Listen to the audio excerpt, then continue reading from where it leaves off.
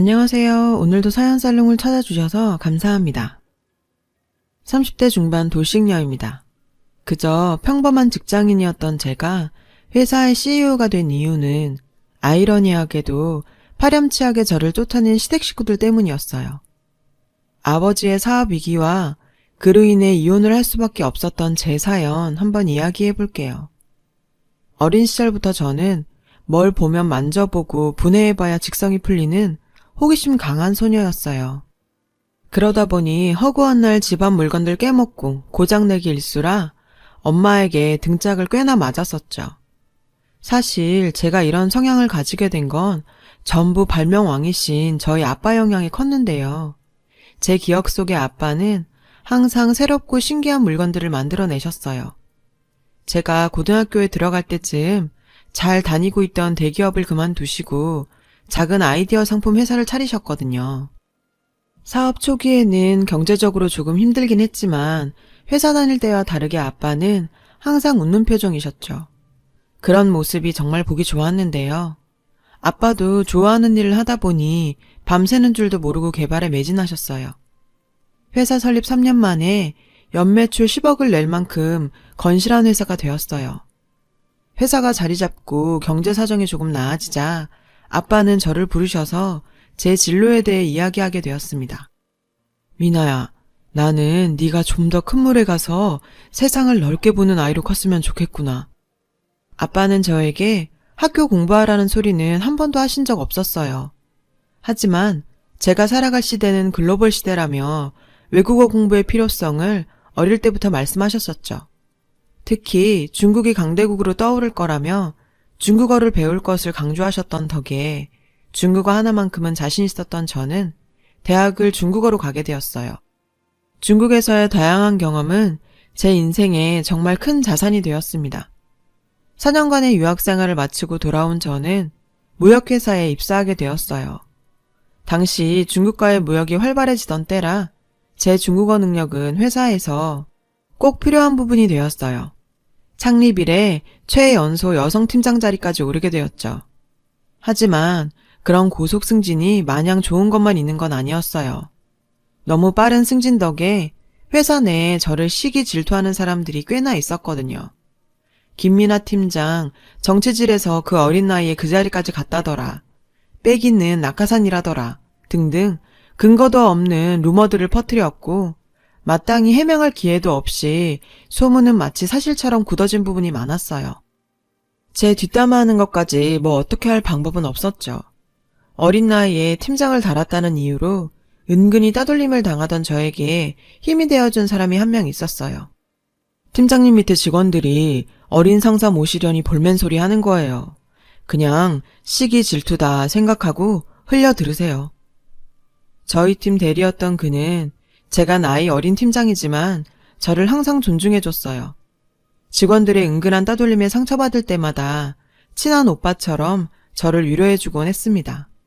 그런 모습에 저도 모르게 그에게 많이 의지하게 되었는데요. 하지만 그때까진 그저 회사 동료의 관계일 뿐 어떤 사적인 감정도 없었어요. 회사에서 마련한 워크숍에서 저희 관계는 이전과는 조금 달라지게 되었어요. 워크숍 후 숙소에서 바베큐 파티를 하기 위해 마트를 가다 지갑을 놔두고 온 걸 알고 숙소로 다시 들어가는 순간 팀원들의 대화를 듣게 되었습니다. 진짜 꼴에 팀장이라고. 나이도 어린 게 팀장님 해주니까 진짜 지가 잘나서 그런 줄 아는가 봐. 낙하산 주제에. 팀장 승진 밀린 뒤로 저에게 악담만 해대던 권 과장님께서는 제 뒷담을 신나게 하고 있었죠. 다른 팀원들도 하하호호 하면서 조롱에 동참하고 있었어요. 평소 제가 뒷담화의 대상이라는 건 알고 있었지만 이렇게 직접 들으니 손발이 부들부들 떨릴 정도였죠. 쏟아지는 눈물을 꾹 참으며 지갑을 가지러 들어가려는 순간 누군가 소리를 버럭 질렀는데요. 사람 없는 데서 이렇게 뒷담화하는 거 부끄럽지 않으세요? 솔직히 말해서 김 팀장님이 능력 있고 일 열심히 하는 건 사실이잖아요. 그러니까 회사에서도 입사도 훨씬 빠른 권 과장님 제끼고 팀장으로 뽑으신 거고요. 제 말이 틀려요? 권 과장에게 팩트 폭격을 날리고 나오던 그는 얼빠진 채 문 앞에 서 있던 저를 보더니 한마디 하더라고요. 들었어요? 저런 비겁한 인간들이 하는 이야기들 그냥 무시하세요. 저를 위해 저렇게 싸워주는 남자라면 평생 믿고 살아도 되겠다는 생각이 들었어요. 그날 이후 저의 적극적인 구애로 저희는 연인관계가 되었습니다. 그렇게 6개월간의 짧은 연애를 하고 저희는 결혼하게 되었죠. 사실 결혼하기 전에 1년은 만나봐야 하지 않냐는 주변의 만류에도 불구하고 빠르게 결혼을 선택한 데는 시어머니의 영향이 컸어요. 시어머니께서는 평소 사업하는 집안과 사돈 맺는 게 소원이었다면서 상견례도 하기 전부터 저희 집에 과일 바구니를 들고 찾아오셨는데요. 어머, 사돈, 선남선녀가 만난다는데 더 미뤄서 뭐 하겠어요? 빨리 결혼시키는 게 어떠세요?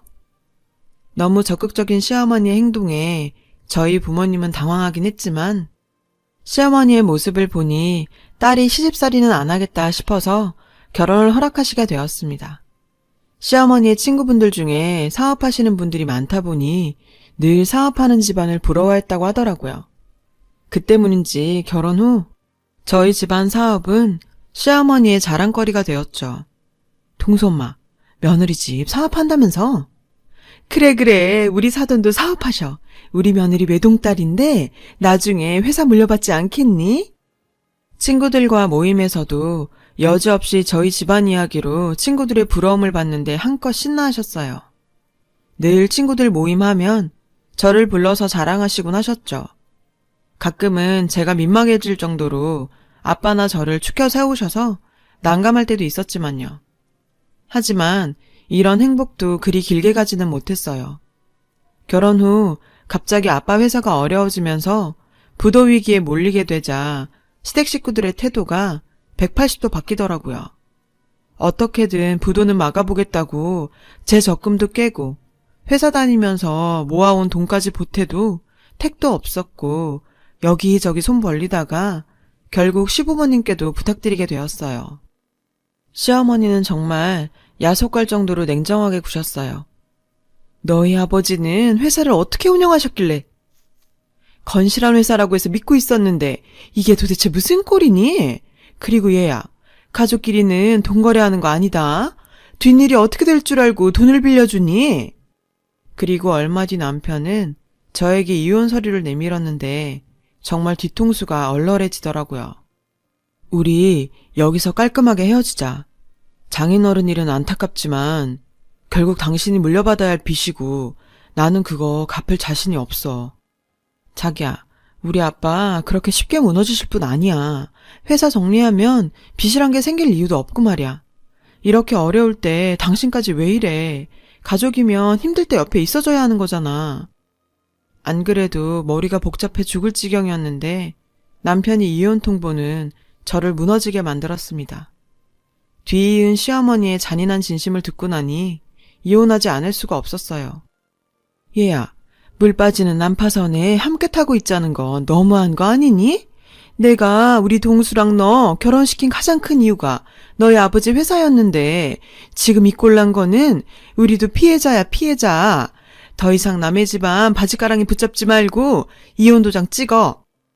참, 드라마에서도 이런 상황은 듣도 보도 못했는데 아빠 사업 문제로 힘들어하는 며느리 곁에서 힘이 되어주지는 못할 망정 자기 집안에 피해 끼치지 말고 이혼하라니.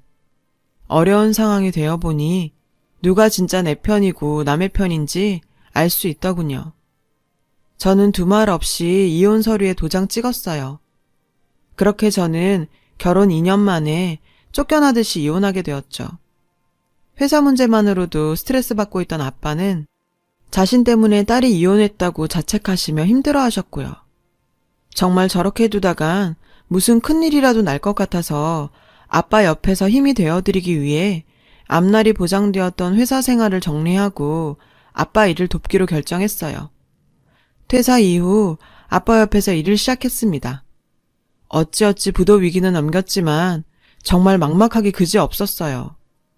경영위기를 겪으면서 회사 이미지도 엉망이 되고 거래처들도 다 등을 돌린 상황에서 창고에 재고만 쌓여가고 있는 상황이었죠.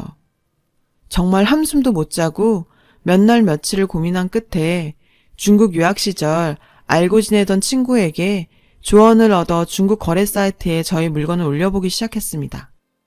하지만 기대와 다르게 하루에 주문이 한 건도 안 들어온 날이 더 많을 정도였어요. 아빠도 점점 지쳐가고 가치가 더 떨어지기 전에 회사라도 정리해야 되는 게 아니냐는 말이 나올 때쯤 기적 같은 일이 벌어지기 시작했는데요. 미나야, 이게 무슨 일이니? 주문이. 흥분된 아빠의 목소리에 눈 비비면서 휴대폰을 본 순간 저는 정말 기절할 뻔했어요. 주문 건수가 5,000건? 이게 무슨 전산오류라도 생긴 건가 싶었어요. 컴퓨터를 확인한 결과 정말 5,000건의 주문이 들어와 있었고 실시간으로도 계속 주문이 들어오고 있었죠. 자초지종을 알아보니 중국에서 인기 있는 SNS 스타가 한류 덕에 저희 제품을 소개한 것이었어요. 광고비 한 푼 안 쓰고 중국 전역에 알려지게 되었는데 정말 사람 인생 운칠기삼이라더니 창고에 가득 쌓여있던 재고는 3일도 안 되는 시간에 동이 나버렸습니다. 저희 공장 생산력으로는 도저히 감당하기 어려울 만큼 주문이 밀려들었어요. 이런 천재일우의 기회를 놓치고 싶지 않았던 저는 아빠와 고민 끝에 현지에서 직접 생산할 공장을 섭외하기 위해서 중국으로 날아갔어요. 한국도 아닌 중국에서 갑작스럽게 공장을 섭외하는 건 쉬운 일이 아니었지만 저는 중국에서 관 씨가 얼마나 대단한 힘을 가진지 알고 있었죠. 대학 동기부터 모임하던 친구들에게까지 연락을 싹 돌렸습니다. 친구들이 정말 자기 일처럼 도와준 덕분에 적당한 단가에 생산해줄 공장을 섭외하였고 본격적으로 생산을 시작했어요.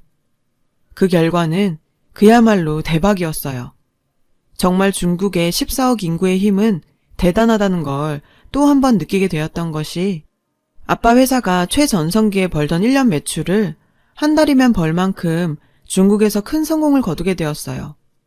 연 매출 100억을 찍는 날 아빠께서 본인은 제품 개발에만 힘쓰겠다며 회사 경영을 저에게 물려주셨고 저는 33살의 나이로 회사 CEO가 되었는데요. CEO가 된 후 제 삶은 1년의 반 이상은 중국에서 보낼 만큼 바쁜 생활을 했어요. 어느 날 아버지 생신에 맞춰서 한국으로 돌아온 저는 선물을 사러 백화점을 들렀는데 익숙한 누군가가 저를 부르더군요. 너 혹시 미나니? 어머, 오랜만이구나. 돌아본 그곳엔 전 시어머니와 젊은 여성분 한 분이 서 있었어요. 아, 네, 오랜만이네요. 너는 아무리 전 시어미라고 해도 그런 떨떠름한 태도는 뭐니? 행색을 보아하니 너희 아버지 회사 망하고 고생 좀 한 것 같구나. 인사해라. 이번에 동수랑 재혼하게 될 내 새며느리다. 제가 공항에서 바로 나와서 추리링에 모자 푹 눌러쓰고 갔었거든요. 저를 위아래로 훑어보더니 기어코 악담 한마디 하시는 거예요. 왜 전남편 재혼 상대까지 인사를 시키는 건지. 저런 인간 더 이상 상대하기 싫어서 무시하고 지나가려는데 둘이서 저를 보면서 낄낄대면서 웃는 모습을 보니 참을 수가 없더라고요. 에휴, 당신 같은 인간이랑 다시 말하기 싫어서 그냥 지나가려고 했는데 아가씨, 이 인간들이 어떤 인간들인 줄 알고 결혼하려는 거예요?